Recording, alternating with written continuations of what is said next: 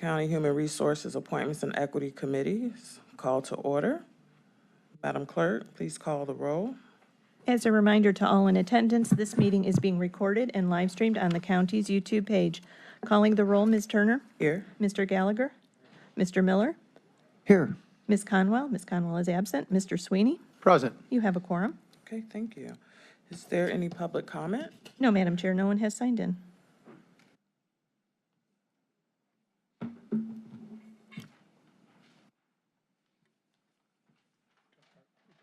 And let the record reflect that Ms. Conwell is now in attendance.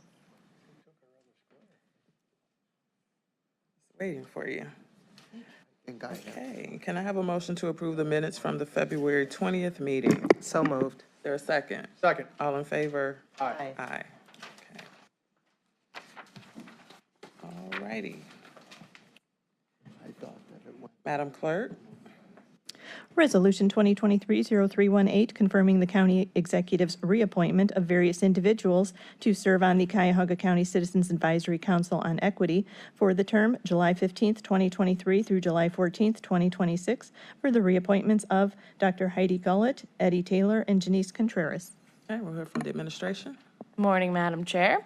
Zoe Toscas on behalf of the county executive and pursuant to Cuyahoga County Ordinance Number 2012-0002. I'm here to recommend the reappointment of Heidi Gullett to serve on the Cuyahoga County Citizens Advisory Council on Equity for the term July 15th, 2023 through July 14th, 2026. And we are requesting a second reading suspension on this resolution. Thank you. Thank you. Is the appointee present? Hi, good morning. Please state your name for the record. Hi, for the record, my name is Dr. Heidi Gullett. Good morning. Good morning. Thank you for the opportunity to come before you again to talk about a reappointment to the Citizens Advisory Council on Equity. I'm a public health and family physician, been in practice for almost 20 years, and have worked with my co-chairs on the committees and the chair of our council over the last 4 years to really operationalize the declaration of racism as a public health crisis, working both with partners internal to county government as well in Cuyahoga County as well as externally to understand how we can address structural racism as the most profound determinant of health here in our county in a way that everyone has an opportunity to thrive. And that requires a lot of different work internally, externally, and with a lot of different partners on a lot of levels. And so I'm grateful to have the opportunity to come before you for a reappointment so that we can continue the work we've started, as this is really a long-term proposition rather than short-term. I also wanted to just share with you, I know I've come before some of you before and worked with some of you before, but I also served as the longtime medical director for the Cuyahoga County Board of Health and as our incident commander during the COVID-19 pandemic. And at that time, our community, as well as others across the country, were coming to grips with the intersection of racial injustice and the impacts of structural racism and an unprecedented pandemic. And so even though we've been working on structural racism in Cuyahoga County for a very long time prior to the COVID pandemic, this intersection became an opportunity for me to really see how these came together, particularly centering this issue on public health, even though it affects every other part of our community residents' lives. So I look forward to the opportunity to continue to work in this capacity. Okay, thank you. Dr. Gullett, can you describe some of the projects that the commission has in the works? Sure. So in the first few years, as you know, in statute, this council was created in 2012, and we were appointed in late 2020 after the start of the pandemic. So that first few years, we started with really understanding a situational assessment of where things were with regard to internal county government as well as external partners. And that resulted in dozens of interviews, which we also then did a thematic analysis of and also created a map of structural racism for Cuyahoga County, working with residents, as well as using a lot of the data that we gathered during those interviews. And that allowed us to really begin to identify leverage points for action. We also worked very closely with many inside, working on issues around equity zones and around understanding how we could create more equitable contracts and beginning to understand that interface of external interaction and the limit of opportunity for residents and entrepreneurs in our community and how that interfaces with county government. So those are the first few things that we have been working on. And we also worked on several policy statements, some of which we sent to the governor and lieutenant governor around the impact of structural racism on some of the policies at the state level. So our work is very early on, but our goal is to really begin to move the needle on outcomes. And I think one of the challenges our group has talked about many times are data, and how do we have data that are actually meaningful and actionable, and that requires us collecting data at an individual level, but also on a population level, and understanding what our responsibility is to move the needle on those, not just to collect them, but actually move the needle. So that's our next work. We met with the county executive as chair group recently and really came up with some pragmatic ideas about where we'd like to focus our work over, the next 4 to 6 years.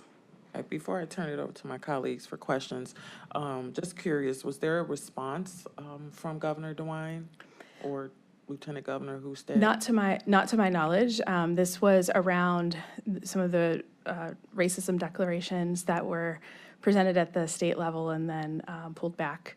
So our commitment is that this isn't just racism as a public health crisis. That is how we center the discussion, but it is racism impacting every facet of our lives, and the education piece was an important part of that. But to my knowledge, we did not have a response, but that had been some time ago, so. Thank you for that. Councilman Miller, then Gallagher.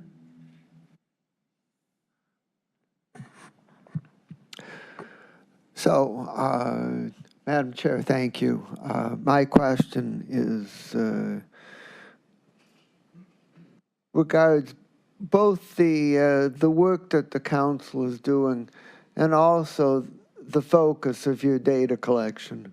My question is, to what extent is your focus on improving equity within the operations of the county government system?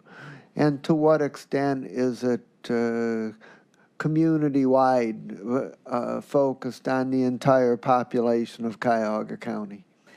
Yeah, thank you. That is a really important question, and one that we've discussed at many of our meetings. So I think our charge is really more of an external charge, but we realize we can't do that work without working in lockstep with our colleagues on the inside of the county government administration, you all, as well as the county executives team.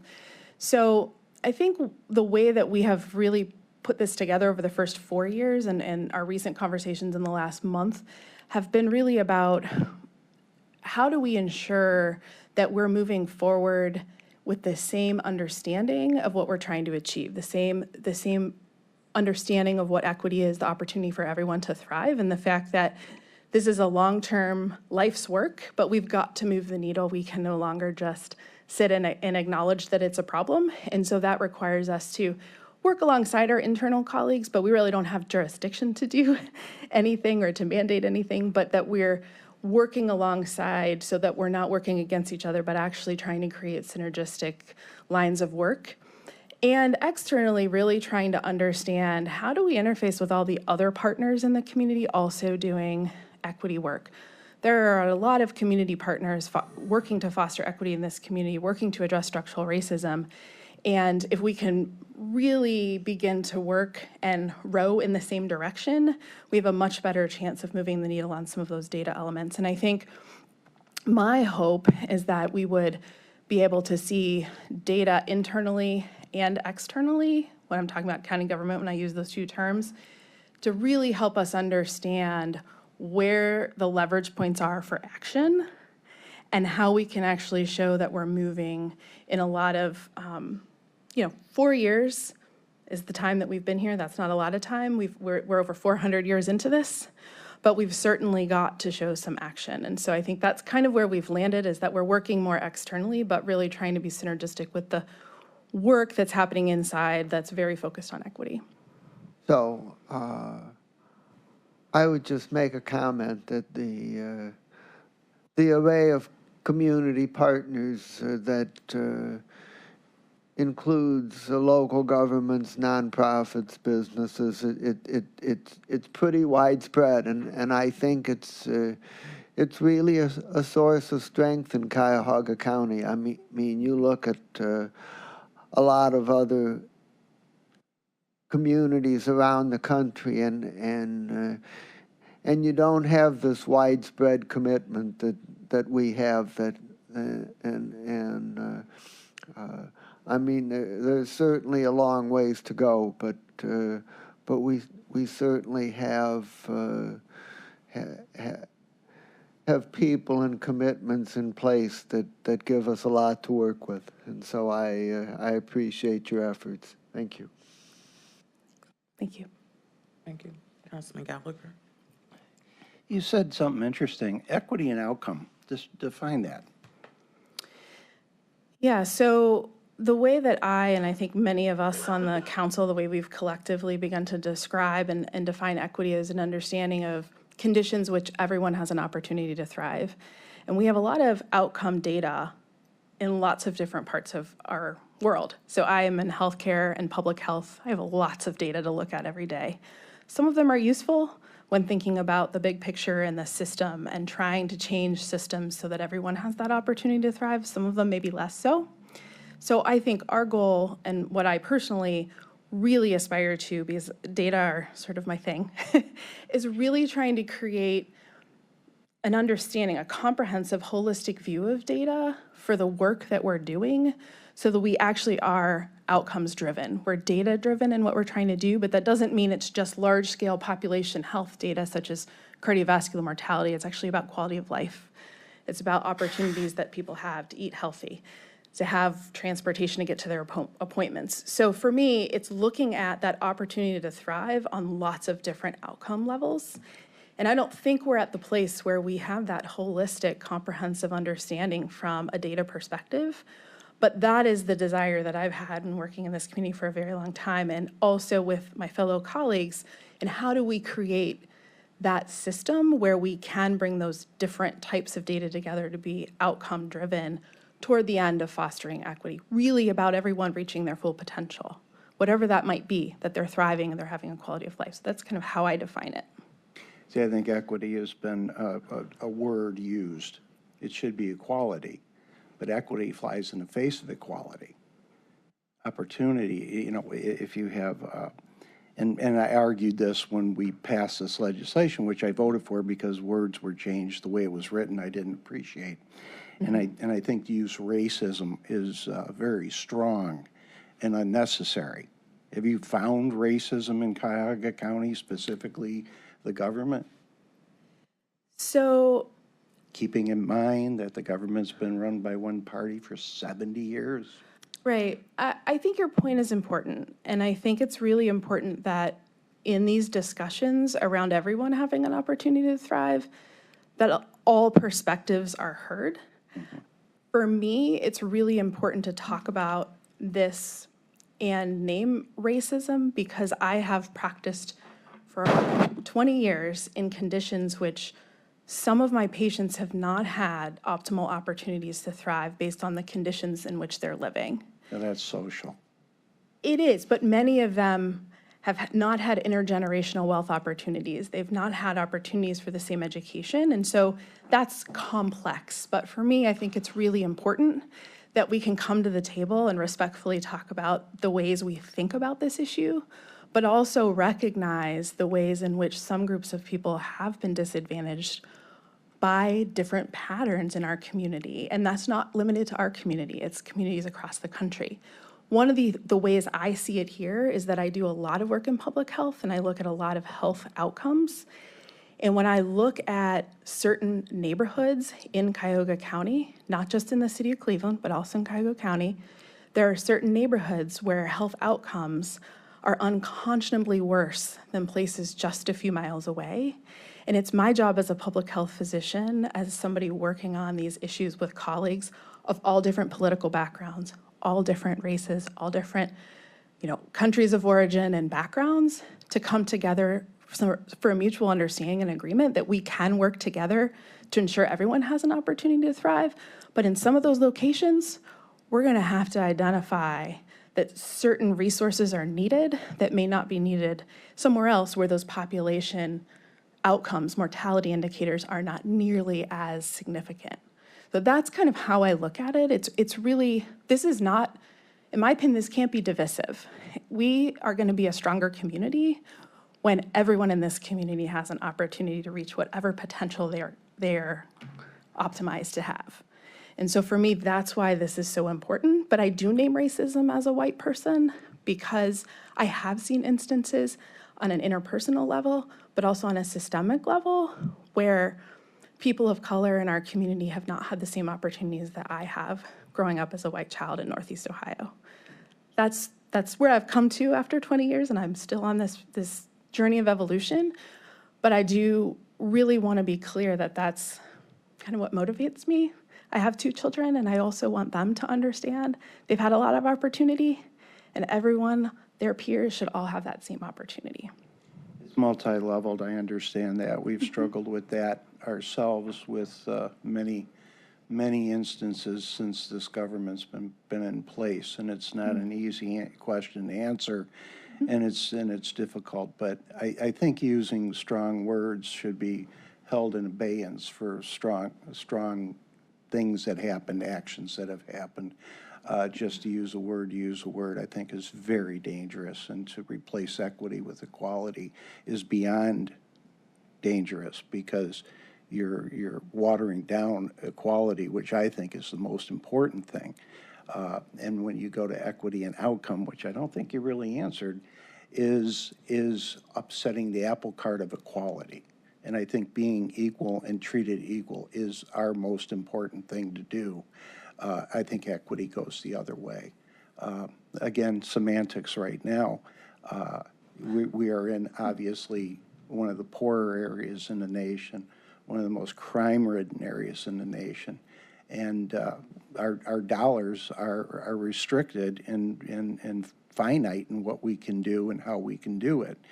And our mission, I think, collectively, at least on the council side, has been to do the best we can with what we have and to move forward. I was just interested in seeing if you guys had identified anything within the county, which I haven't, not say that it isn't there, but I would love to talk with you further on this at some other time. I would be more than happy to meet with you at any time to talk about this further, and I do appreciate you voting for this back when it originally went through. I don't think it's just a matter of semantics. I think we're coming at it from a different perspective, and I want to be clear that I very intentionally use the word racism, and that's really important for me to say. I understand that we disagree about coming to that conclusion about when it should be used, and I would love to engage with you more about that conversation, but I think it's important that we respectfully have those conversations, and I'm very grateful that coming with a different perspective about when we should be using equality, equity, and racism as specific words, you're willing to support this work. And I think that common ground is really critical because without that, we cannot move forward. Right. I come to this seeing babies die before their first birthday that are born to Black moms in this community triple and sometimes quadruple the time of white moms. And for me, that is unconscionable. And so that I've come to understand the impacts of structural racism and the impacts of repeated interpersonal racism and what we call allostatic load in public health, the impact of stress that people experience day to day. And you said it, it's complex and it's multi-level, but I just want to be clear in my testimony that I want to work with everyone, regardless of what background or political identity that you have, because that is the only way this community is going to be a place where everyone can thrive. Thank you. Councilwoman Conwell. Thank you, Madam Chair. To Dr. Gullett, you spoke about communication and how important that is. Do you feel that having regular communication amongst the external partners to focus on equity is a way to kind of combat getting that global view and getting everybody's issue, seeing what we work on? Because we could work on that, trying to maybe have the communication department focus on getting those external partners so we can all be working in the same tangent, so to speak. I do. I think that's a really important point. I think one of the things we learned very early on in Cuyahoga County, and I'm talking about back in 2013, actually 2011, when we first started a community health assessment at the county level with our at the time, three health departments, Sugar Heights, City of Cleveland, and Cuyahoga County, which are now Cuyahoga County and City of Cleveland. We began doing assessments collectively to begin to understand what the health issues were, the most pressing health issues in this community, and how we can begin to address them everywhere from the individual level in neighborhoods and in healthcare encounters all the way to the population level. And what we uncovered over that subsequent journey in the last 11 years has been there are a lot of different understandings about where we should be working. And systemic and structural change are really important, but yet I think misunderstood. And one of the places I think that communication can be really critical is understanding where all of the brilliant partners, as you heard Councilman Miller talk about, working in this space, health and human services space across our community. There are a lot of different levels on which people are working, and I think a lot of duplicative work can sometimes happen, and people don't know what others are doing.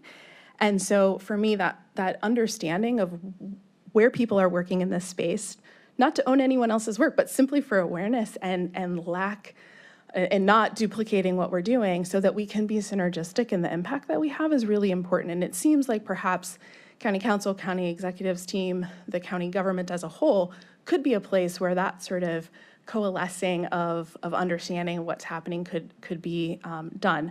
I also think that the data continue to be a challenge. We have a plethora of healthcare institutions in this community, but I can speak to you from a community health improvement standpoint. It is very hard to get population health data from a healthcare perspective.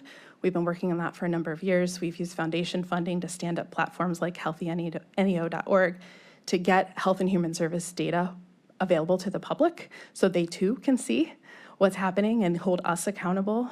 But it has been an uphill battle. And so I think understanding the communication, but also linking that to data availability on a lot of levels would be critical. I don't know how to make that happen, but having that conversation and calling it out, I think, are the first steps. Can you share who the external partners are? Can you provide us a list of who those external partners are? Sure. So for the case, there are a number of partners with leadership representation on the council, which I know that you've been confirming and reappointing people. But we also, in the first round of interviews, met with partners from all over the community, a lot of community-based organizations, also known as not-for-profit organizations. And we also used a lot of the interviews that we've done through the community health improvement planning process at the county level, which has been happening every 3 to 5 years since 2011. So many are healthcare, many are grassroots organizations working in neighborhoods, places like A Vision of Change, doing food service delivery, creating wellness opportunities. Many are, funded by grants. Many are funded by human services dollars from the county, from the state.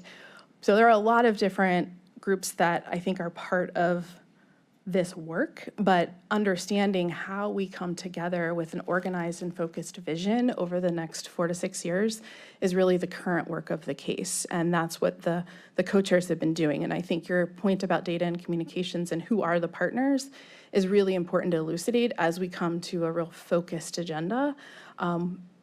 This work is a lifetime's work, so we need to focus now, but not keep our eye off. We've got to still keep our eye on that long-term goal, which is changing the system and structure for that opportunity for everyone.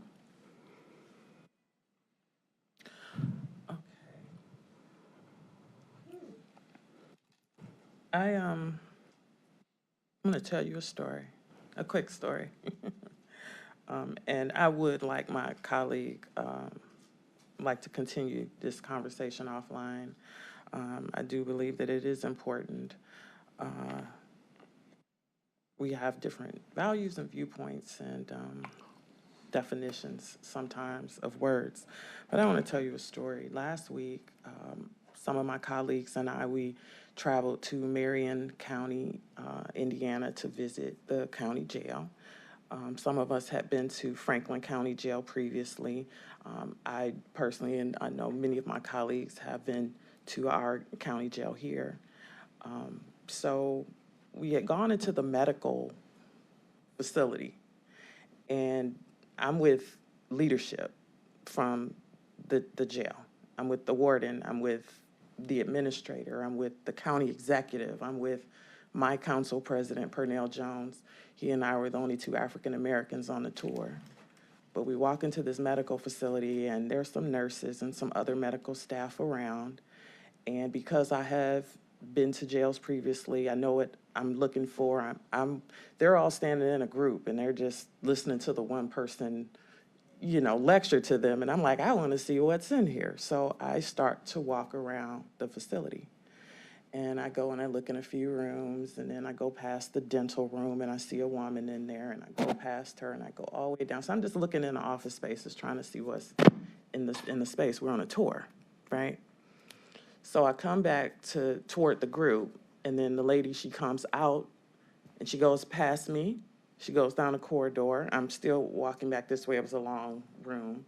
She comes back, and she goes back into the dental space. And right before I got to the big group, she comes out and walks right up to me and says, "Can I help you?" Now, that might not seem like a big deal to a lot of people for a lot of reasons. And it was the county executive who came over to comfort me. I don't know why he felt like I needed to be comforted in that situation. But why was I challenged? Did I look like I needed help of everyone that was in that space? So I think this is not easy. These conversations are never easy. And it's not clear, like, what are we actually pinpointing, right? It's not tangible. But I think he saw what I felt inside my soul, which was, do I not belong here? Did I have a sign on my forehead that said I needed help? Why did she not question anybody else in the group about if they needed help? So I don't know if that's a definition of prejudice or bias or racism or discrimination, but I was affected. And I publicly want to thank County Executive Chris Ronayne for me not having to say one word, but he understood. And I think that goes to the strength of his leadership and what we are all trying to accomplish here in Cuyahoga County for everyone in whatever space. And I just want to appreciate the fact that you use "we" when you talk about this work, because that tells me that you see this as a shared issue, and clearly you've been willing to participate in finding solutions. So I want to, again, thank County Executive Chris Ronayne for reappointing you in this very important space with all the wealth, knowledge, and expertise and compassion that you clearly bring to this issue. So thank you.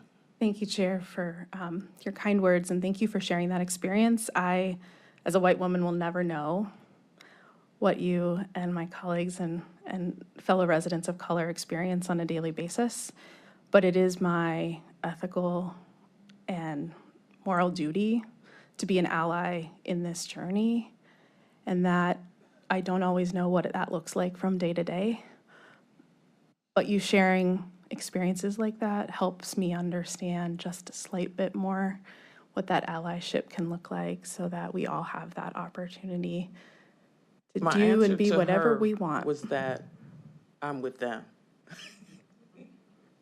Yeah. right? Thank you for sharing. Thank you. Are there any further questions? All right, Dr. Gullett, Thank you all for your time and consideration of my reappointment. of course. Thank you. So I'll make a motion to move, we don't have any others, right? They've No, all been. that's- yeah. So I'll make a motion to move R20230318 to the full council under second reading suspension. Is there a second? All in favor? Aye. Aye. Thank you. Yes. I agree that Dr. Gullett is a truly outstanding person to have in this position, and I'd like to ask that my name be added to this resolution, please. Of course. It's mine as well. Councilwoman Conwell, Miller, and my own. Okay, thank you. Resolution 2024-0052, confirming the county executive's appointment of Ayanna Blue Donald to serve on the Cuyahoga County Advisory Board on Senior and Adult Services for the term January 1st, 2024 through December 31st, 2026.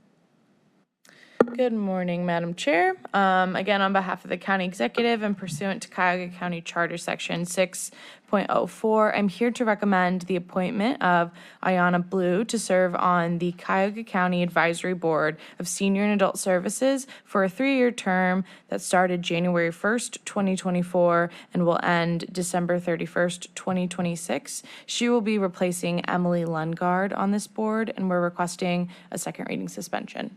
Thank you. Thank you. Good morning. Please state your name for the record. Good morning. I am Ayanna Blue Donald, and I am currently Vice President and Ohio Market Leader at Enterprise Community Partners. I can explain a little bit about my interests. Absolutely. I'm very excited to be here today. I'll go back a step. I am currently with Enterprise Community Partners, but prior to that, I served as the Director of Building and Housing for the City of Cleveland. I worked for the city for 10 years. In that capacity, I happened to, what really kind of piqued my interest, right? Of course, my professional affiliation is housing-related issues, but we had this special thing at the city called the Senior Initiative. So those were a group of city departments that would come together and work on the hardest of hard, I mean, you could imagine cases where we would have seniors living in a variety of different properties, a variety of different circumstances that they could not find themselves out of. So dilapidated properties, hoarding situations, I mean, you kind of name it, right? I remember one property in particular where there were literally a husband and a wife living, holes in the floor, holes in the ceiling. I don't really know how they even got around this property, but really trying to work through and develop solutions, not just posting a condemnation notice or not just saying we need you out of the property, but really wrapping our arms around them to say, how can we have the best solution to getting you out of this property? So that developed this passion to really try to think and be creative, but really also exposing me to the woes of what our seniors are kind of faced with, especially when it comes to housing.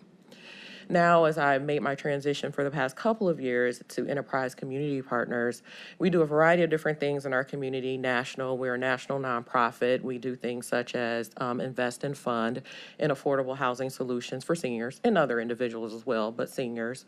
Also policy and advocacy issues as well, as I find that so many things that affect our senior population sometimes go unnoticed. Source of income protection, we think about property tax issues. When you think about aging in place, well, yeah, maybe you can age in place, but if all the properties around you are sprouting up and they are substantially rising your property tax costs, you're living on a fixed income, how can you continue to live there?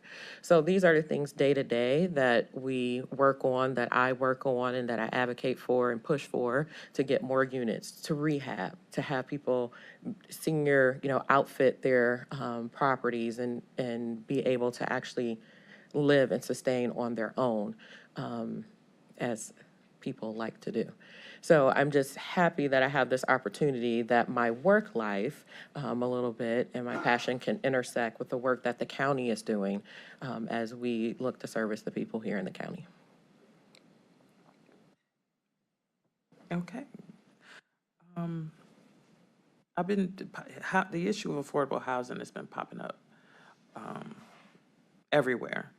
And I wonder, with limited housing units, what do you believe will assist older adults in remaining safely and independent in their home? Do you have any solutions? Yeah, I think number one, it is the property tax solution. So when I think about, there are certain, when we speak about levels previously, but certain levels when we think about our senior population, we think about our senior population that actually owns their home. Some type of property tax reform should be on the horizon. So if we have seniors that are low income, fixed income, they should perhaps have to have their property taxes stayed at a certain level. For instance, if they bought their property and it was $100,000 or valued at that, property taxes or values are increasing around them, they should, one property tax solution is to stay their property taxes at that amount until their home is sold to someone else, then it comes back up to full market value. But given the opportunity to have them be able to stay there and be able to afford it. Another option, of course, as in my work life in the business of just affordable housing units, having more actually senior-specific affordable housing units available. There aren't. If you look at, what happens around our county, there are a lot of affordable housing projects, but not so much just dedicated to seniors. We see this on the rise now because downstate, the QAP, the Qualified Allocation Plan, kind of, I guess, is giving more points to senior facilities, and that's great. But we need to do more of it and need to have a little bit, perhaps more focus on it the numbers are what the numbers are. Our population is aging at a rapid pace. And so we are on track to have, more seniors than ever. And we have to be really intentional about thinking about how to house seniors. That's an interesting statement you just made about the population aging. Haven't people always aged? And what were the solutions of other, the last 50 years? Or what has changed? Because Yeah, I think one thing is people are living longer. Population has always aged, but we have people that are living longer, but I guess it's I'm going to get my generations mixed up a little bit here, but the baby boomers and the groups that are aging, that population density is a little bit more. So you have a bigger part of the population that is now getting to the point of being a little bit aged. But I think, also there are some innovative things that are happening around the country. Intergenerational housing, right? You think about perhaps you have a unit which happened in my household when my grandparents got to that point and passed away. They moved in with us. How do you have housing that accommodates multi-generational? Sometimes that's a little difficult, depending on the condition of a property, space of the property, multi-level. You have to think about those types of things. But there are things that are happening. I see news stories about a college kid moves in with a senior. And there, it works out because the college kid is there. They need somewhere to live for a couple years perhaps. And then you have the senior that has somebody there with them that can kind of, take care of them to a certain extent. So I think maybe thinking about some creative things like that as well to push us, because it costs so much. $300,000 is the cost to build a new home right now. That's a lot of money for anyone, really. If you are a certain income bracket. So we have to think creatively about how to pair people together, how to lower costs, how to share costs is another perhaps solution. thank you for those solutions. Councilman Gallagher? This has been my pet peeve for 14 years that we don't take care of our seniors. But I won't go into that. I went into that last week. I think it was 2 weeks ago. But the as they call it, the silver tsunami, which I'm part of, the boomers have hit. And it has changed the world and upended everything. And we were not prepared. Solutions seem to me to be simple. Go down to Columbus, change the law. If you're 65, you lived in your house for 20 years, we should at least forgive property tax, say half. If you say everything, the pearl clutching begins. You say half, the pearl clutching begins. And then everybody finds an excuse not to do it. So we really are in a position, especially in Cuyahoga County with the senior aging out as we are, the population is exponentially growing. And again, we, as elected officials, sit here and watch it happen. You're in a unique position, and I hope you take advantage of that, and the rest of all you folks that are going to be put on this committee is to bang the drum loudly.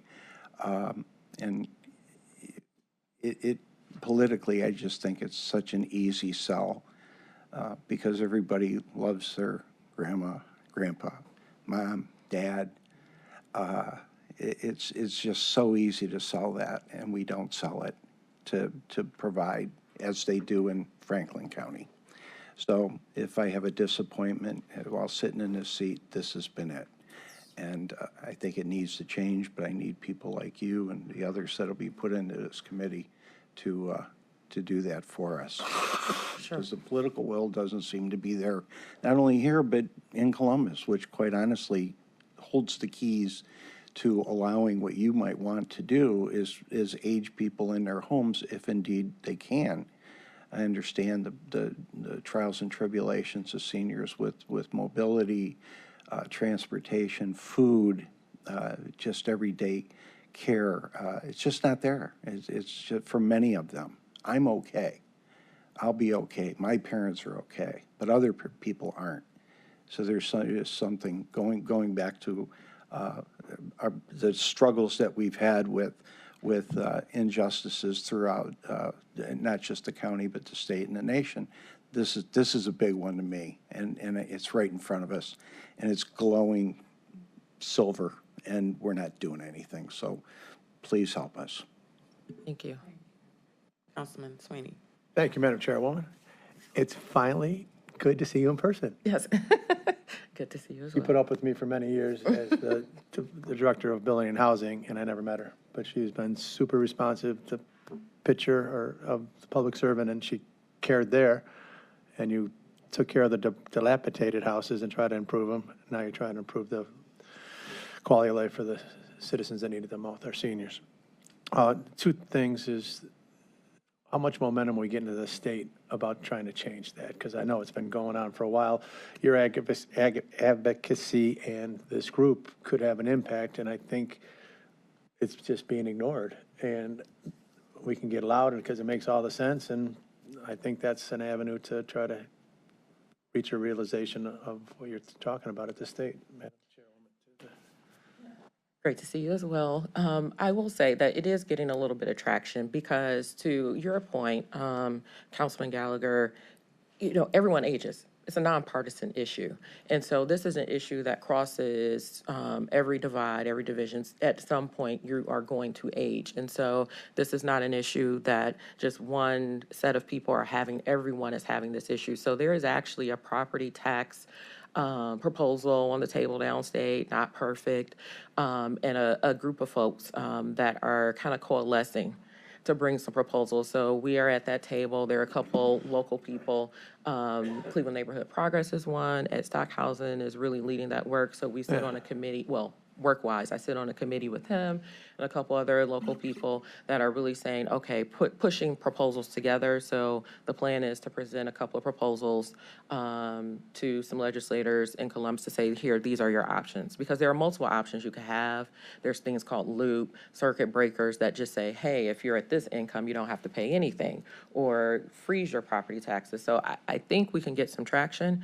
I mean, the other fortunate thing for, I guess, Franklin County, but that pushes us a little bit, is the Intel work that's happening. So you have so many people or so many housing units that are going to have to be developed, I'm going to say market rate, with people that have been in a community for so long. And so the fear of having all these new developments crop up, rise the property taxes of the seniors and people that have been there for so long. So I think that's maybe a slightly something else that's pushing some movement in Columbus to get some reform happening. So I think there is movement. How optimistic? I'm optimistic that something will happen. Will it be ideal? Well, we know how that is, but at least something will be better than nothing to allow the county. So it will be permissive, likely, that it won't be mandatory, but counties would have to opt in and or craft whatever the legislation would have to be locally for it to apply. Thank you, Madam Chair. You just talked about locally up here, who's involved. Is there a state organization or all the cities trying to help here? There are a couple people, like I regularly work with Cohio, a couple of organizations down in Columbus that we work on these things together. We have a group of policy wonks, so to speak, that we meet consistently, and this is a hot topic on our agenda. And you and Ed there's nobody stronger, I see, advocating for up here, but also for the state and the seniors. And don't be shy. asking council to get involved, or myself, in regards to making sure the legislation is as strong as it can be with Take you the up on that. opportunity to get passed. Yes. And then when they're doing the voting, you having other people advocate for you, I'd be more than happy to try to help. And lastly, just a little promo for District 3, the Cameron House with the library and the 51 senior, and this council is going to be part of supporting that in the administration. That's exactly what you're talking about, 51 new units specifically for seniors. And I'm excited about it, didn't even know it existed till I had the privilege of being a council person here. And the intersection there, if you don't know, Enterprise Community Partners is the investor or is the tax syndicator on that deal. So we are involved in Karam. Isn't it cool, though? Yes, it is very cool.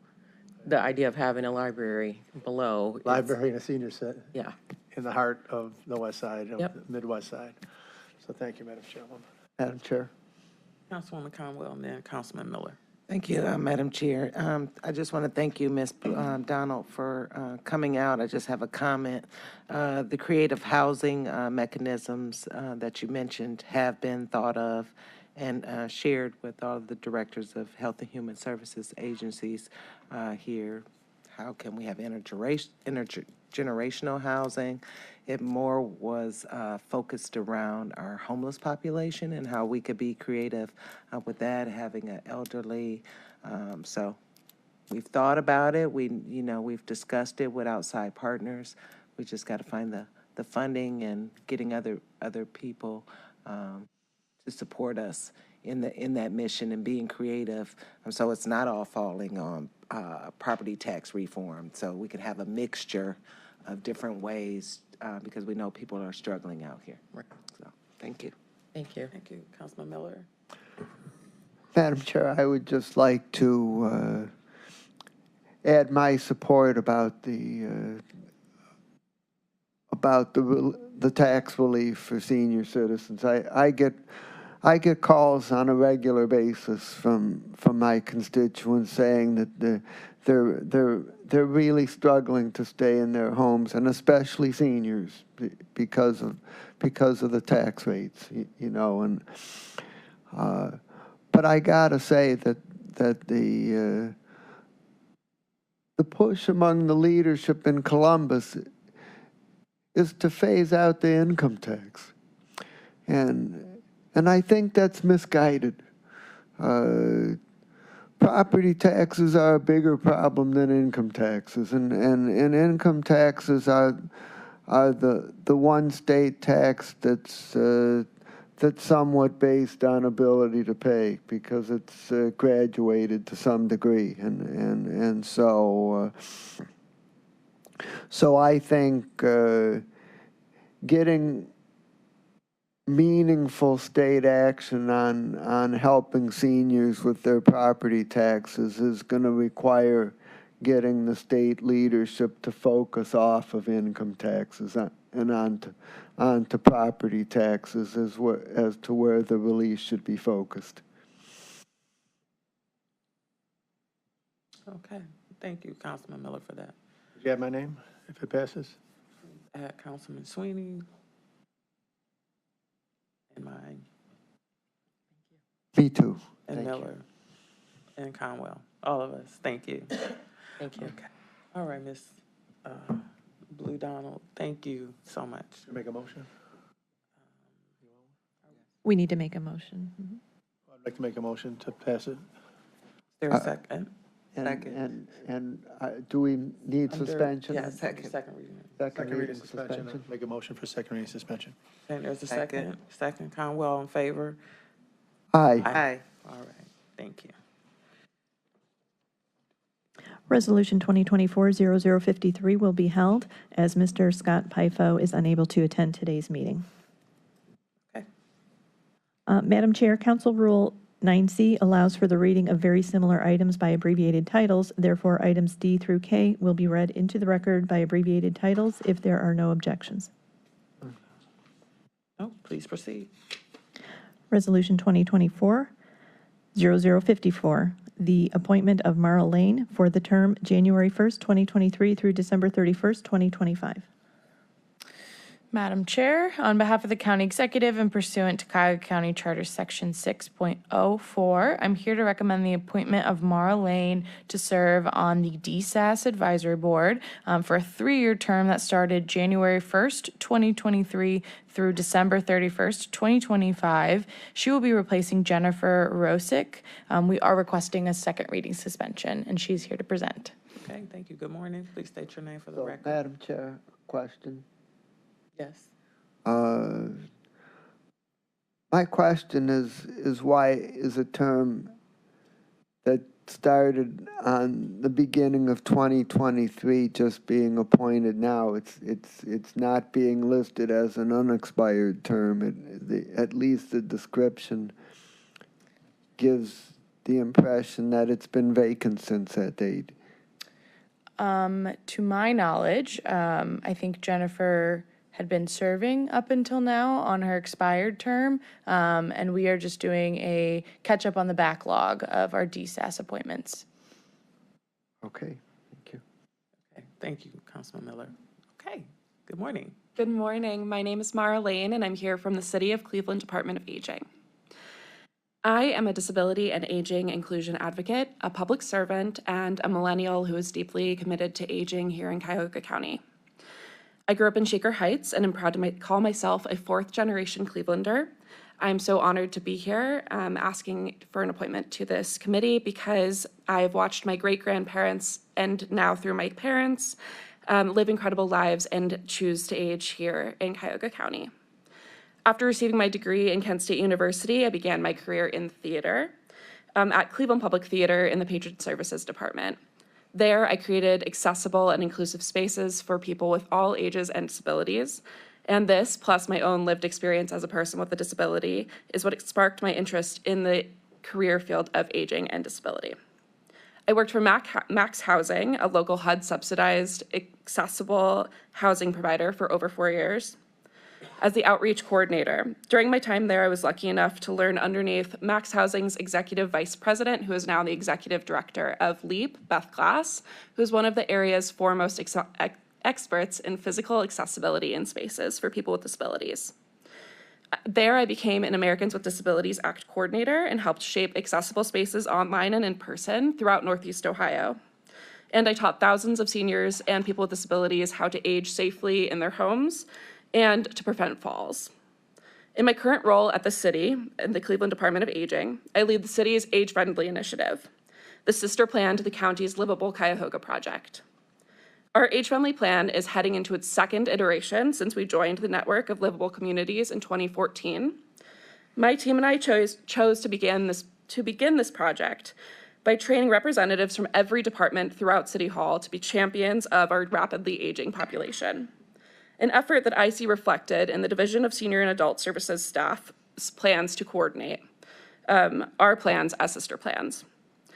And one that I feel is vital to the success of any effort towards inclusion for the aging population.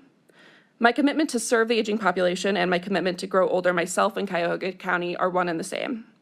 I've always been focused locally, serving on the executive board of the Northeast Ohio Coalition of Disability Organizations and as a board member for the Fund for the Future of Heights Libraries. As a member of the Cuyahoga County Advisory Board on Senior and Adult Services, I hope to lend my time, expertise, and enthusiasm to amplify the voices of seniors and disabled communities within our county, becoming a champion for the efforts of DSAS in all that I do. Thank you for your consideration. Thank you. Questions from my colleagues? Councilwoman Conwell? Through the chair to Ms. Lane, have you served on any other, you're young, you're a millennial, have you served on any other boards? For the county? Just overall. I have served on one of the subcommittees for the county on persons with disabilities as a member of the Accessibility Committee. I currently serve as an executive member of the Northeast Ohio Coalition of Disability Organizations, representing first Max Housing and now the City of Cleveland. Before then, I was a member of the Northeast Ohio Alliance for Fair Housing, and have represented my organizations in a number of different committees. I think you'll bring a unique, youthful perspective on how you and your generation would like to age with dignity and grace. So, Thank you. Thank you. Councilman Miller? I just second what Ms. Conwell says, that you bring a different kind of background and a different perspective that's going to be very useful. Thank you. Councilman? I'll third it. Is there a quad in the house? I think we could do that. No, it is refreshing to see someone of your age and your background wanting to invest in this population, because they invested in us, right? So it's giving back and lifting as we climb. So I think that's it. I'll make a motion, Madam Chair, to move this to the full council under second reading suspension. Is there a second? Second. It's moved and seconded. All in favor? Aye. Aye. Thank you so much, Ms. Lane. Have a great day. Resolution 2024-0056, the appointment of Dr. Robert Eckert for the term January 1st, 2024 through December 31st, 2026.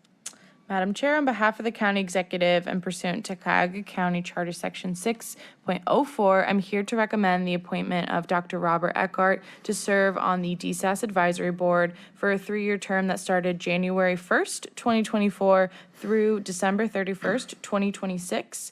Dr. Eckert will be replacing Jennifer Rosick. Good morning. Good morning. I'm Bob Eckhart, and I'm like the exact opposite of the person who came before me. I'm not young, and I'm not working. I moved to Cleveland out of graduate school, thinking I'd be here 4 years, and that was 1977. And when I retired from the Cleveland Foundation at the end of 2016, I chose to stay in this community and not retire someplace else. I had a great mentor when I was at the Cleveland Foundation, Steve Minter, who told me, when you retire, don't do anything for 6 months. People who want you will want you in 6 months, and otherwise they'll just see your name and kind of. So I took that advice, took about 6 months off, and then started doing some consulting. And because of our conflict of interest at the Cleveland Foundation, I couldn't serve on local boards. So I also wanted to serve on some nonprofit boards. Although when I retired, I was seen as kind of a generalist because I was overseeing all the grant making at the foundation. My background really is in healthcare and aging. I first got involved in aging when I was in college, serving in a summer job in a nursing home as an orderly, and then going back to my college and setting up a program where students could adopt local seniors and go visit them in their homes. And out of that, although I was a history major, I ended up really developing an interest in the field of aging and had the opportunity to spend 2 years in Europe looking at care of the elderly in Europe. I came to Cleveland after getting my master's in public health, but while here, I went back and did my doctorate in public health as well. And my dissertation was on home and community-based care for the elderly. So although I've kind of moved away from that, one of the things I wanted to do when I retired was to figure out a way to get more back into that original passion. I remember saying that if I died right after retirement, my tombstone would say I was a generalist, and I wanted to find that passion of health and aging. So I've tried to do that in retirement, and joining this advisory committee would be another way for me to give back to a community that accepted me and gave me a 40-year career and an opportunity to find a home that I've really appreciated. So I look forward to your consideration and answering any questions you may have. Thank you so much. Madam Chair, can I make one quick correction too? Just for the record, Dr. Eckhart will be replacing Janet Montoya. Thanks. Okay, thank you. So, Councilman Sweeney Miller. Thank you, Madam Chair. How'd we find you? I'm not sure when. You mean now? Yeah, I mean, what you just said is mind-blowing for this very specific function, and Well, since I've retired, I have done some nonprofit work. I've served on the board of Jennings Center for the Elderly in Garfield Heights. In fact, was board chair and had the challenge of serving as chair of the quality committee during COVID, which was very challenging as we had staff and so many patients so many residents who had it. So I've been around in this space, and somehow I started seeing more about what was happening in the community, and I'm not sure exactly how it happened, but did they reach out? I Yeah. sat in on the annual meeting last year, which was a Zoom meeting, and there was some comments about the role of the advisory committee, and I reached out and said, well, what does this advisory committee do, and what kinds of people serve on it? And most of the people who serve are employed, which I think is great, employed in related fields, but there are always a few community representatives. And so I indicated I was interested in being considered for the committee. Thank you, and Janet did a great job, but you're a gift plopping in on this, so thank you. Well, thanks, I appreciate that. Councilman Miller? So, Madam Chair to Dr. Eckert, my question is about what you learned from those European travels and looking at senior programs that could be beneficial to help us here. That is a spectacular source of potentially very useful information that I'd like to tap into. Well, of course, that's now 50 years old, what I learned. And in fact, you know, when I first got involved in aging, there were very few people my age who were working in that field at all. I was particularly interested in long-term nursing home care, et cetera. So when I was in Europe, I focused a lot on that. Some of the things we're doing now in this country kind of reflected what they were doing then. But what I really took away was, particularly in one institution I visited in Norway, how creativity in tearing down the walls between the community and the institution could make such a big difference. This was a nursing home outside of Oslo where life's kind of interesting. I wasn't feeling really well the day I was supposed to visit there, and I called and said I wasn't going to make it. And the guy sounded so disappointed that I wasn't coming that I said, oh, what the heck? I'll go on my free day and visit it. And I'm so glad I did. So he had, within this nursing home, the equivalent of a 7-Eleven, so that local people had to come there to get milk or bread. So it wasn't just going there to see sick old people, it was really engaged in the community. He had the local pediatrician's office in the facility so that people would come and go. And he said, if people are only coming here once a year to sing at Christmas, it's not going to work. They have to really engage with the community. And so that always struck me that, we put things over here and say, where in fact this should be fully integrated into the community. So that's the kind of work I'd like to see happen. Thank you very much.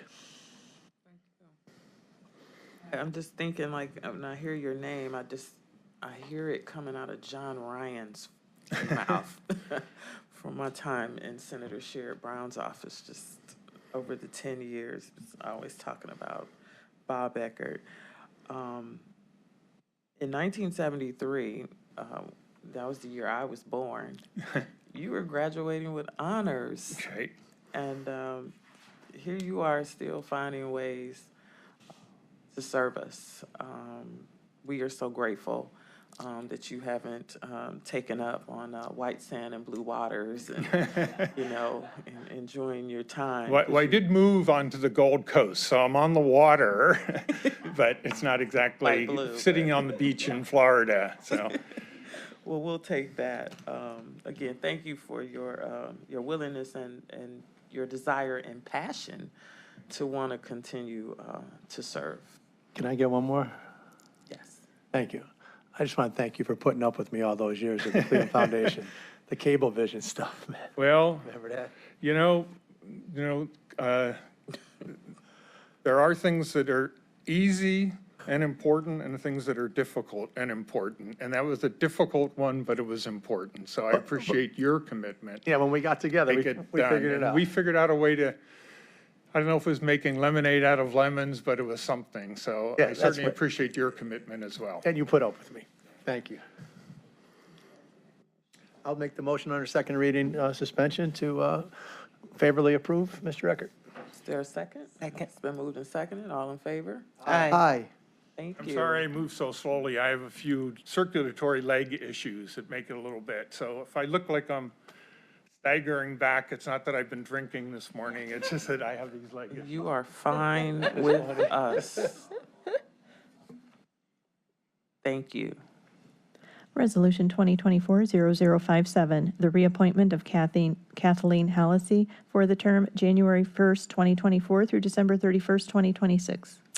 Madam Chairs, on behalf of the county executive and pursuant to Cuyahoga County Charter 6.04, I'm here to recommend the reappointment of Kathleen Hallisey to serve on the DSAS Advisory Board for a 3-year term that started January 1st, 2024 and will end December 31st, 2026. And we are requesting a second reading suspension, please. Thank you. Good morning. Good morning. I'm Kathleen Hallisey, and I'm the Senior Director at the Cleveland Foundation. And boy, I have 2 people. These are hard acts to follow. They have such incredible experience, and that's actually one of the awesome responsibilities and privileges I get to be on this board, is to learn and serve with others who are so passionate about older adults and those living with disabilities. So on a personal level, it's a great gift to learn from my colleagues. I think from what I can offer for this advisory committee is, for the past 18 years, I have been working at the Cleveland Foundation and overseeing a lot of their grant making, our responsive grant making. And the 3 top things that I hear from organizations and individuals working with older adults is that older adults want to age in place, surrounded by people and the communities they love.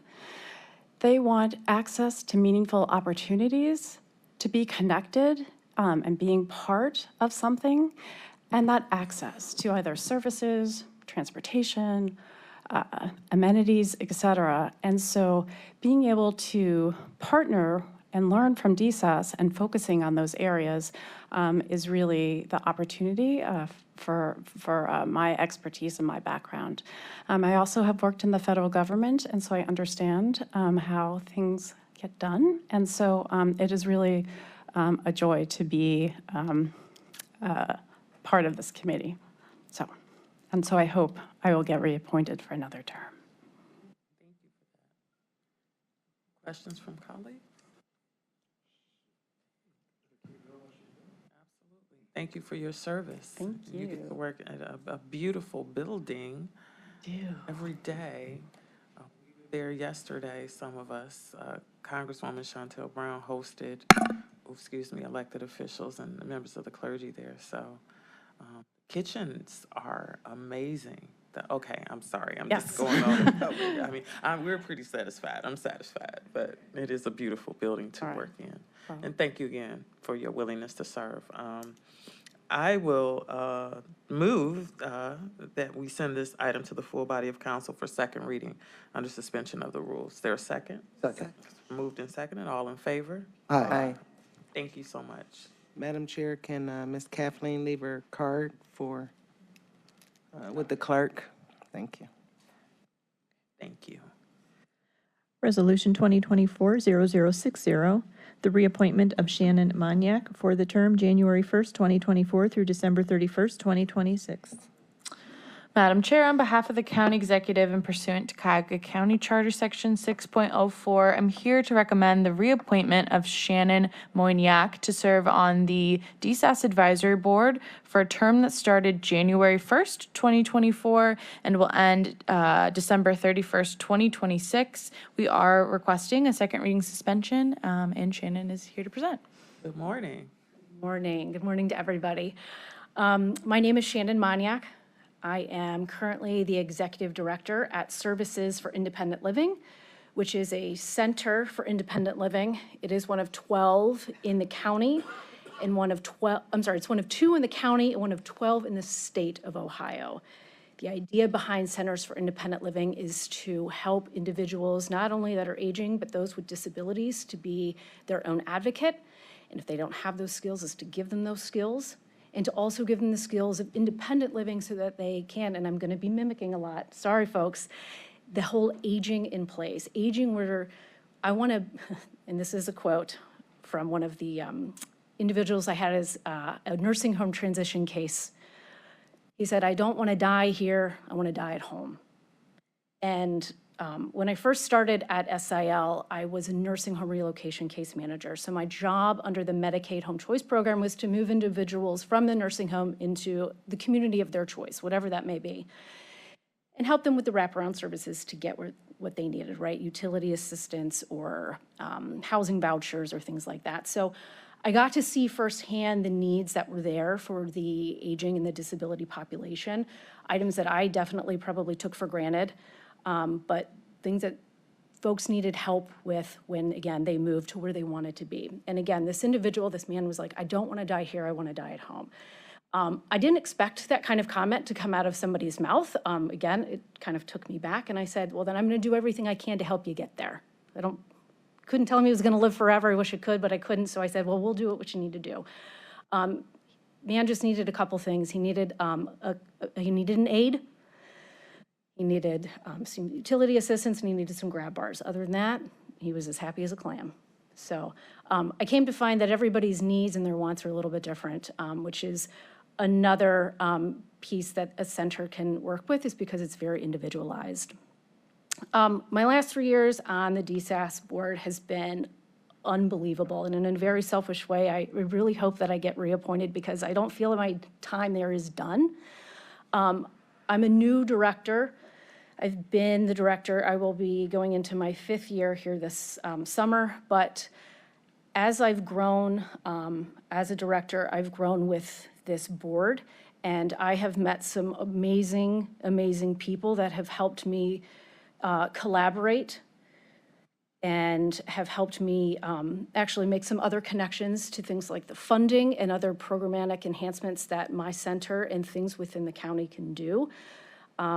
We've helped distribute COVID-19 tests to the county, countless, I think over 12,000 tests were distributed amongst county residents.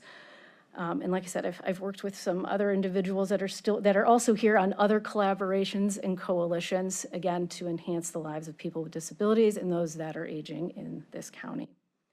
I lost where I was going with this because I'm very nervous and I apologize. Fine. I'm not from here. I'm from Cincinnati.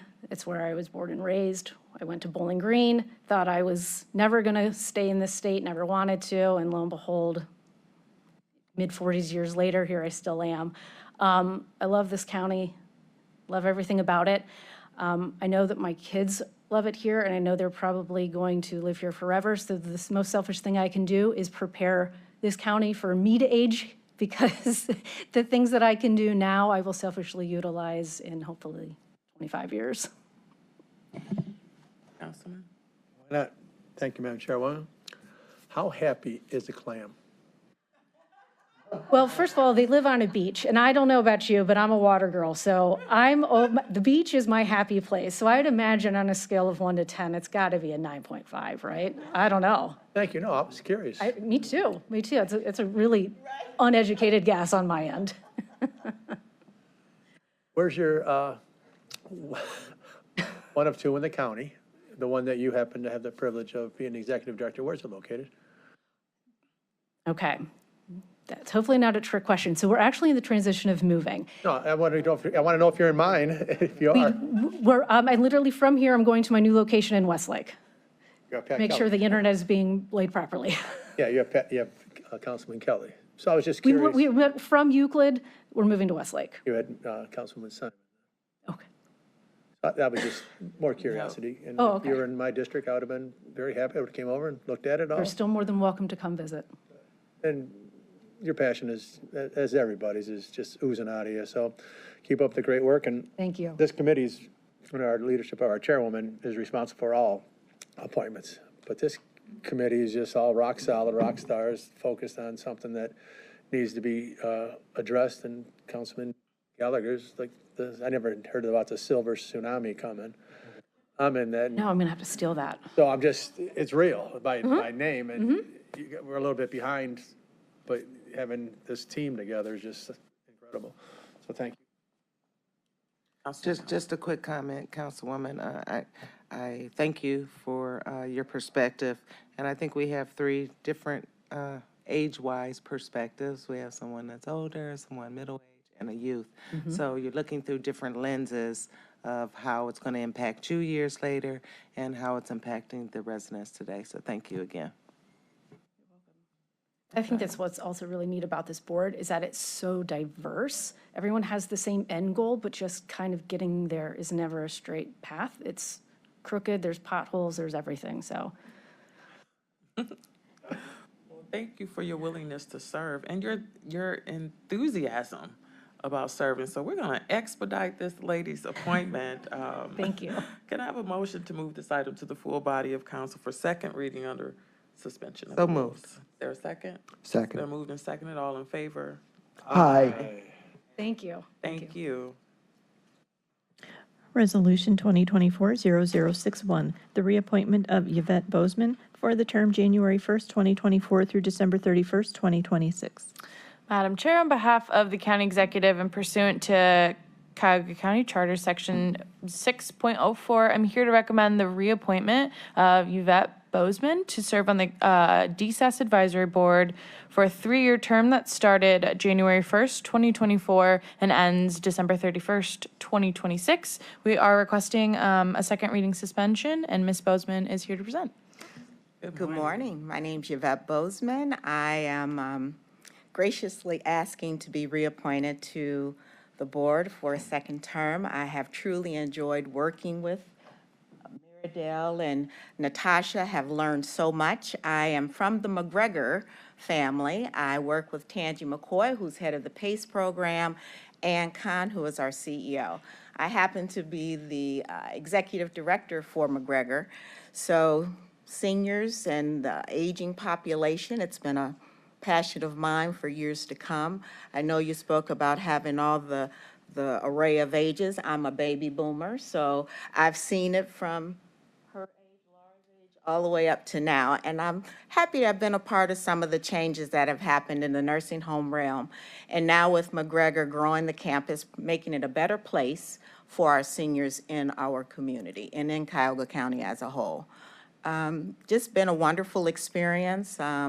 Being with the department here, or the board, DSAS board, I'm able to utilize the services, recommend to my team, they use the services quite comfortably because you get to know the people on the board and you become a great resource, not only for your staff, but for your family members. My passion is to be able to provide them with the resources that are always on the rise. You have affordable housing that comes up quite frequently. I'm happy to be able to say that we have opened, launched, and completely filled a affordable housing 54 unit this past September, and it's actually going well. We have a hospice business line with McGregor that we're able to keep the residents on the McGregor campus if they're for end-of-life care. Assisted living is there, as well as, again, independent living. Coming to McGregor and as a part of my career has just been wonderful. It's made everything full circle. I am a nursing home administrator, have done that the majority of my career. And as I said, it's been fun being a part of the change. There's nothing that I haven't done in a nursing home except for give a shot. I've made beds, I've cooked meals, I've helped walk, everything I've been a part of it. And it's been most rewarding for me. And to be able to say that you're a part of the seniors, their families, and that in itself for me is just the best part. And being a part of the board, you're able to give them the resources that they need when they come to you with various things. So with that, I ask for to be reappointed. Of course. Any questions?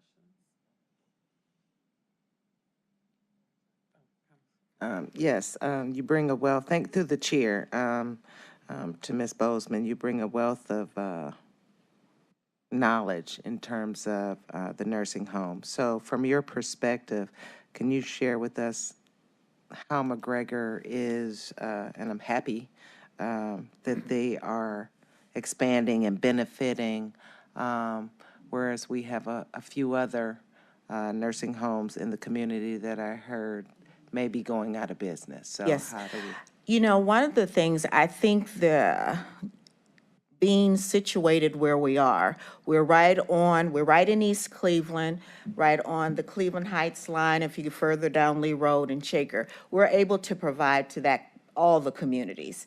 And then those East Clevelanders who may not be able to afford or may not have the things required that are always required, the resources to go further out, we're able to give them that there right in their neighborhoods where their families can get to them easily. We have the availability of transportation, which is a constant need for our seniors. We are able to see that they get to their appointments and so forth and so on. So, I mean, we're situated quite nice logistically to be able to give to those in that community and the surrounding communities. So we've, through the chair, we've lost Eliza Bryant. Yes. Which is a long standing stakeholder. So I know in talking to Danny, there was issues with reimbursement from the federal government and things like that. Mm-hmm. Are you guys experiencing those same kind of issues? And do you need some advocacy from us so we're not looking down the pike and seeing you guys in that same predicament? You know, COVID-19, the pandemic created to have gone through something like that, we learned a lot. It was earth-shattering, but we learned so much. Many places, Eliza Bryant didn't regain their footing following the pandemic. We fortunately were able to stay afloat and then able to do things such as we were able to utilize agency. We were able to offer financial backing to our staff to be able to work, to give, and be sustain during that time. Is it sustainable in the long run? No, but I think that you have to keep going forward with a good plan so that you can have some sense of sustainability. And we were able to do that.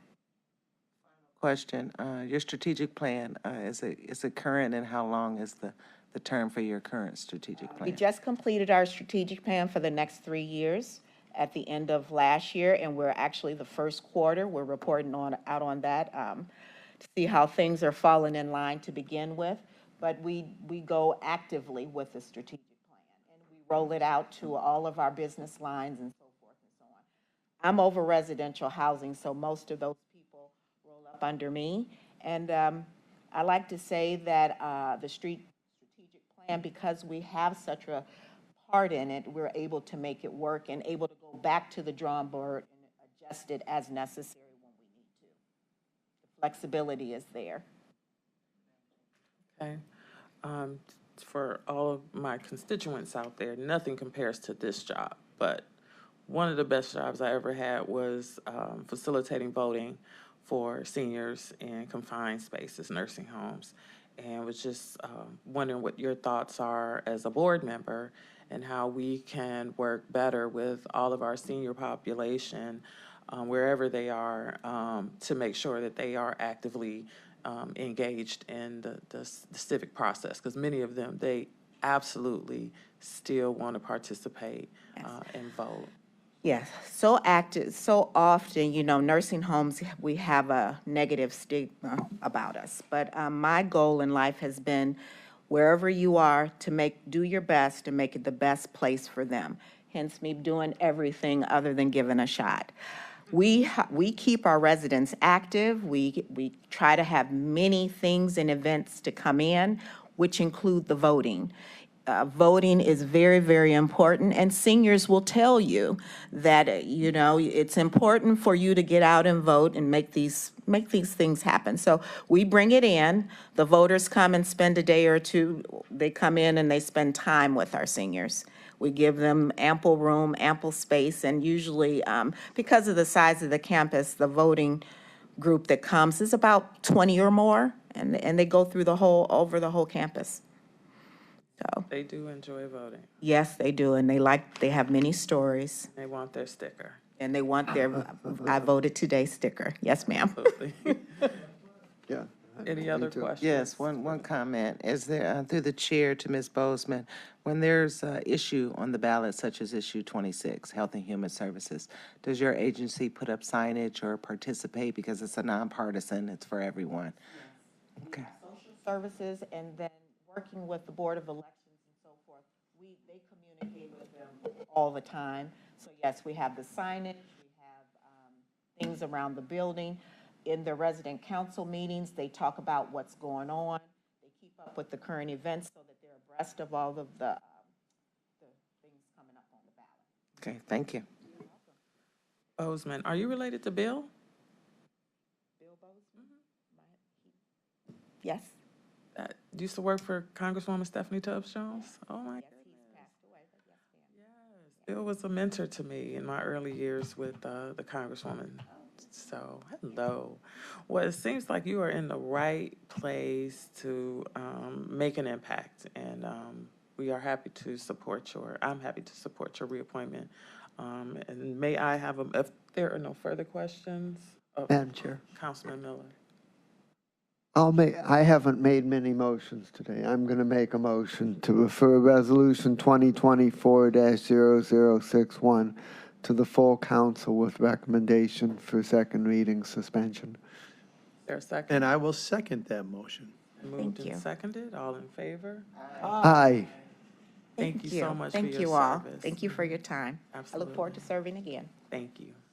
Resolution 2024-0062, reappointment of Ivanka Hall for the term January 1st, 2024 through December 31st, 2026. Madam Chair, on behalf of the county executive and pursuant to Cuyahoga County Charter Section 6.04, I'm here to recommend the reappointment of Ivanka Hall to serve on the DSAS Advisory Board for a 3-year term that started January 1st, 2024 and ends December 31st, 2026. We are requesting a second reading suspension, and Ms. Hall is here to present. Good morning. Good morning, everybody. I am Ivanka Hall. I am the Executive Director of the Northeast Ohio Black Health Coalition. We are the first coalition in the state of Ohio to focus exclusively on African American disparities by looking at ways to create equity, by addressing the cumulative impact, the things that are going on with our air, our land, our water, the cumulative impact on racial, economic, environmental, and social justice inequities, on education, employment, housing, and health. And then we do all of that by working to educate, advocate for, and empower the community. I've been doing this work for 30 years officially. For us, being part of DSAS has been a lifelong opportunity. For those who know me, you know I was raised by my grandparents. And so looking at some of the things that went on with them as they were aging, but also at one time I worked at Metro Health in the social services department. And I remember there was a patient named Ms. Smith who lived on Forest Avenue. And Ms. Smith had come from Alabama to move to Cleveland. And so her work history was not long here. But when she retired officially, she had never officially retired, her income was only $199 a month. And her house note, the final payments of her house note were $212 a month. So she had to continue to work as a lunch aide in order for her to meet the needs to pay for her home. And so when she finally was able to pay for her home, she came to me with her paperwork because the bank kept sending it back. She could not figure out why she kept sending the last payment in and they kept sending it back. And when I went through her paperwork, they had amassed over $2,000 in charges on her because she was supposed to send it back through a cashier's check and not through her regular mode that she had been sending it in. So they had amassed all these charges to her. And I thought, how sad. This woman has spent her life working. And now she has very little to live on. She's finally paid off her home, and the bank is causing these other issues with her. So I called her bank, and for those of you who know me, you know I am an advocate first. So I called her bank and made them take the charges away and process the payment for her to receive her final deed. And so I think about her and a number of other seniors that have some of the very same issues, knowing and understanding that African American women in Cuyahoga County are more likely to retire or to age in poverty. That is a known fact. Also understanding that our housing issues, particularly around property taxes, when we have people who have very little income, and now because of gentrification, that their property taxes may go up on their homes and they're struggling already. So looking at ways to kind of create equity around property taxes, particularly for low-income seniors. Looking at this whole issue around kinship care and the fact that we have so many seniors that are raising disabled grandchildren and raising their grandchildren. And so making sure that they have places for them to live, because a lot of senior housing won't accept children. So we have to make sure that we're looking at everything across the board, not just for seniors themselves, but for seniors that are raising their children and are raising their grandchildren, because I was raised by my grandparents. Also looking at the issue for us is this whole thing around food apartheid and what you all look at as food deserts and what I look at as food apartheid in our areas and the impact on our seniors. Those things are important to me because during the height of COVID, on March the 14th, 2020, when the Northeast Ohio Black Health Coalition knew that the schools would be forced to close because of what was going on with COVID, we called the school district and asked what would they be doing to address the unique issues around disabled children, knowing that many disabled children are being raised by seniors, and knowing the risk of seniors getting COVID and dying was very high, and it's still very high. And the school system told us that they were going to do nothing, that the children needed to get to the food just like the other children. And so for us, that was not acceptable. And so the Northeast Ohio Black Health Coalition, using $10,000 from my credit card, started a food service program to address the unique needs around disabled children and their families. And from 2020 to 2022, and still counting, we have sent out 250,000 meals with hundreds of volunteers. And that's not the program that we do. That's not the program that I do every day. That was a program that we created. We created a program called Babies at Brunch. We created a program for Meals for Mamas, which is for women who had children who were under school age, and also Delivering Hope, which is for disabled adults that are not seniors that did not qualify for Meals on Wheels. And so we had people who were literally starving in our city and our county because services were not available to them. And so that's why it's so important for me to offer my expertise about my community. As a member of the DSAS board, that is important to me and for this work. The other thing is one of the big changes that DSAS made when I first came in was changing this whole homestead exemption application. We had a lot of seniors that every year they had to complete this application, which was very tedious for many. And remember that your cognitive skills decline as you age. And so many were filling that out wrong and they were being denied and they couldn't figure it out. And so they were calling us in order for us to help them with the application. The other thing is around the mental health issues around many of our seniors that we have seen so often, and making sure that they have services. And then for us and all of us, I think it's looking at ways to have a living wage so that we won't have so many seniors that age in poverty.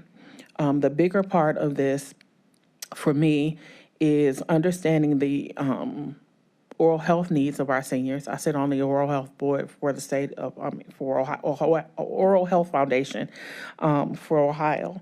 and understanding that seniors don't have dental access and trying to figure out how we can push to make sure that seniors are receiving vitally needed dental care. And I think the last point is COVID. We had so many seniors who are in nursing homes or need rehabilitation centers, rehabilitation, that we need to make sure that we're doing everything in our power to make sure that poor people have a place to go. Because if our nursing homes and rehabilitation centers won't take our seniors because they won't take their insurance, or because they're understaffed or overwhelmed, then where are our seniors supposed to go? And what has been happening is many are going to the streets. COVID did a number of issues on our community, and one of them was it sent a lot of people to nursing homes and rehabilitation centers just because of the impact that COVID did on their bodies. One of them was my uncle. My uncle is 69 years old. He'll be 70 years old this year. And during COVID, he lost his arm because he had a blood clot that traveled through his body. We had a number of seniors in Cuyahoga County that lost arms, legs, fingers, and toes as a direct result of COVID. And if they were seniors that were working, that means they were not able to work again. And so how do you keep up with your cost of living and the things that impact your living if you're not able to work? And so for me, I hope that you would consider my reappointment to this board. I think that I offer a wealth of knowledge about our community and the things that are going on in our community, and I thank you. Yes, you do, Ms. Hall. Thank you so much. Any questions for Ms. Hall? Councilman Miller and Conwell? My comment is that what you offer to this board, the word I would use is granularity. You're in the trenches. You see the stuff that people deal with every day, and the real world challenges. It's not theoretical for you. It's very practical and down to earth, and that's always a very valuable perspective. So I'm happy to support your reappointment. Thank you. Yes, Madam Chair, I just wanted to make a comment. Did you know, or are you familiar with MedWorks? Mm-hmm. Okay. Oh, definitely. Even though it's not all year long dental assistance, they I know they got one coming up in March 8th, which really helps the community in terms of the homeless population or anyone that needs some dental work done, so. But then that's one of very few, and I so know, for us is, we have so many seniors, and so when you're not able to do anything, and then remember that if you are on Medicaid, and you are, if you have Medicaid, then your appointment for a dental appointment is more than 9 months. So we have people who are literally waiting more than 9 months to see a dental provider. And so for us, that is criminal because we have children who may have an abscess, or an adult who may have an abscess, who have other health issues just because they cannot see a dentist. I feel you. Thank you. If there are no further questions, Ms. Hall, I am going to move that we send this item to the full body of council for second reading approval under suspension of the rules. Is there a second? A second. And I have my name. Second by Miller. Please add Councilwoman Conwell's name. All in favor? Aye. Thank you. Resolution 2024-0063, the reappointment of Beth Sipple for the term January 1st, 2023 through December 31st, 2025. Madam Chair, on behalf of the county executive and pursuant to Cuyahoga County Charter Section 6.04, I'm here to recommend the reappointment of Beth Sipple to serve on the DSAS Advisory Board for a 3-year term that started January 1st, 2024 and will end December 31st, 2026, and we are requesting a second reading suspension. Thank you. Excuse me, Ms. Tascos, can you confirm those dates again, please? Yes.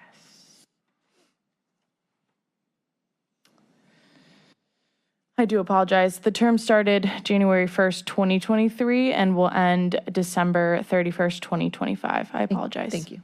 Thanks. Good morning.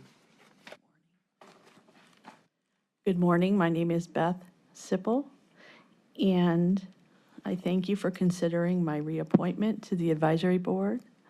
Madam Chair, committee members. I've been serving on the DSAS Advisory Board since 2019, and I currently serve right now as Community-Based Chair on that committee. I'm currently with the Benjamin Rose Institute on Aging, and I'm Director of Community Services and Programs, and our agency serves older adults who are very vulnerable and homebound, some of them, and their caregivers throughout Cuyahoga County. We work with folks who have sometimes cognitive issues, sometimes mental health issues. We're very aware right now of a lot of the need. We have senior centers, we have financial counselors, we provide case management and psychotherapy to a really vulnerable population. I'm passionate about serving older adults with disabilities and mental illness and their caregivers, and I've worked in this field for over 30 years. My current duties at Benjamin Rose include overseeing the intake services, our senior core volunteer program, our behavioral health services unit, and I supervise service coordinators who work in older housing units in Cuyahoga County. I think that what I can bring to the table and continue to bring to the table of the DSAS Advisory Board is seeing firsthand older adults and their caregivers in the community and working with the board to help implement Livable Cuyahoga County. I was a member of the Advisory Council for Livable Cuyahoga County and really support the work of the board and this committee. Okay. Any questions for Ms. Sipple? Okay. Sounds like you, well, you're not getting off easy, but you know you're doing the work, and you have been for a long time. So I'll enthusiastically support your reappointment.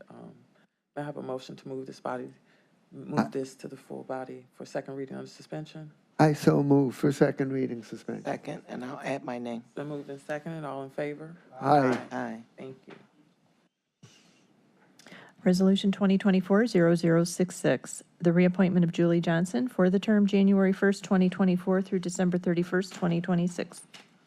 Madam Chair, on behalf of the County Executive and pursuant to Cuyahoga County Charter Section 6.04, I'm here to recommend the reappointment of Julie Johnson to serve on the DSAS Advisory Board for a term that started January 1st, 2024 and will end December 31st, 2026. We are requesting a second reading suspension, and Ms. Johnson is here for her presentation. Thank you.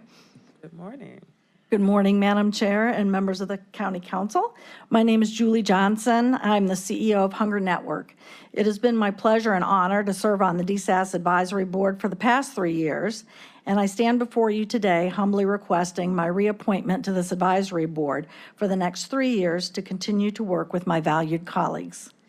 As the leader of a local nonprofit grassroots food relief and recovery organization in Greater Cleveland, one of my core passions is addressing food inequity and food injustice to ensure that no one in our community goes hungry and no food goes to waste. While everyone has the right to fresh, nutritious, and culturally relevant food, there are specific members of our families who are more vulnerable to and face greater risks than others of food insecurity. These include our children, as well as older adults and adults with disabilities. It is alarming to me that Hunger Network is not the sole organization in our county providing food for our beloved community members. Yet in 2023, we served over 7 million meals. Of these, nearly 2 million, or 28%, were provided to older adults aged 60 plus. and children under the age of 18 accounted for 27% of those 7 million meals, excuse me. When I work in our Midtown Market pantry, I often hear stories from our older customers who provide kinship care and feed their grandchildren to prevent them from going hungry. I echo a lot of the sentiments Ms. Hall brought before you today. This situation is inevitably complex. One of the most vulnerable generations in our community cares for the next most vulnerable generation for our future. I wonder, how can this be? Or more importantly, what can I do to help? I grew up in a family that was food insecure, and I grew up in a multi-generational household where my grandmother lived with us. But the closest thing I think that I had to working with seniors who were food insecure and had become ill, terminally ill, in fact, was when I worked at Malachi House. And so one of the reasons why I'm so passionate about food and food provision and shelter for the aging is because residents would come into Malachi House and they would be terminally ill, diagnosed to pass away within 6 months. However, because of the care, the food, the shelter that each of these residents was given, they often sustained life well beyond those 6 months. Now, if you could imagine if we used food as preventative care and housing as preventative care to folks who ended up terminally ill in households like these, how much better our lives would be and how much our tax dollars and everything in our community and our lives could be improved. Circling back to my candidacy, my service on the DSAS board has been enriched by my experience serving on the board of Koinonia Homes, which has now merged with I Am Boundless. This organization offers integrated behavioral and mental health care, residential care, respite care, and employment services and transportation services to our neighbors with intellectual and developmental disabilities. While I don't claim to be an expert, this opportunity, in addition to my interactions with my DSAS colleagues, has greatly expanded my knowledge. Finally, my fundraising and advocacy background at the local, state, and national levels gained during my employ at Hunger Network, Malachi House, and Boys and Girls Clubs, adds value to this board.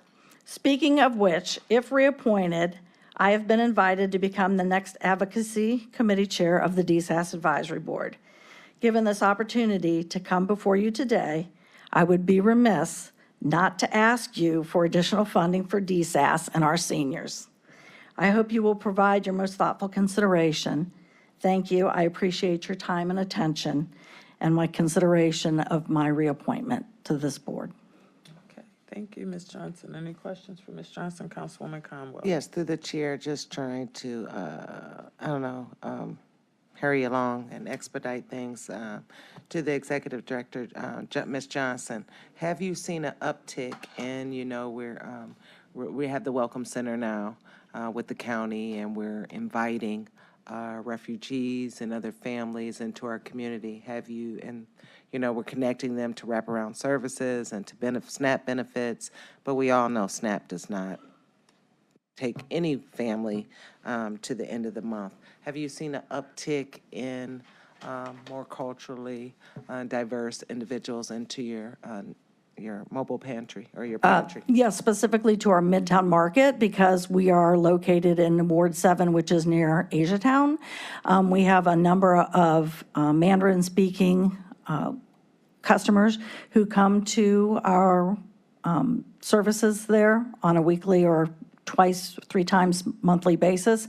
We also have an uptick of Hispanic and Islamic Muslim people who are coming to our pantry in search of aid for food. And we also offer hygiene products as well, so that helps offset some of the cost of food that their SNAP benefits will not cover. Thank you. And so I just brought that up to, so my colleagues would hear that, as we expand and try to do the good work and really bring other people in, we also have to look at creative ways to increase that food budget.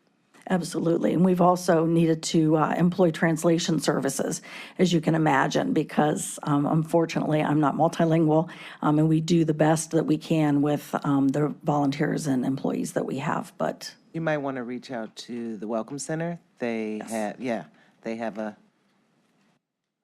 transit, that language. They have a lady that helps with that, so she can help your center as well. We've moved in that direction. fabulous. I appreciate that recommendation very much. Thank you. Any further questions for Ms. Johnson? Councilman Sweeney? Just curious, the process of the chairman being selected, you said you were asked, is it elected by the fellow board members, or does the administration ask you to serve in that capacity? Generally, the administration helps identify someone who has the experience, and then they ask me if I would be willing to volunteer for that opportunity. And I have served on the advocacy committee for my last 3 years. So No, it's awesome. moving to the chair feels like it would be a natural for me, although I don't know that I'll be as stupendous as Mr. Hebel was, but he's got big shoes to fill. And I have no doubt you're going to do it well, and your first thing was advocating for the opportunity to take care of the seniors, so I appreciate that. And my request was just more informational for myself. Yes, sir. So thank you. Ms. Johnson, I know that, as we know, the impact of inflation is detrimental to this population. You clearly bring all the right assets to this board, and very happy to enthusiastically support your reappointment. I have a motion. So moved for second reading, suspension. Been moved and seconded. All in favor? Aye. Okay. Have my name added? Please add Councilwoman Conwell's name. Okay. Thank you so much. It's an honor to serve, and I appreciate it. Thank you.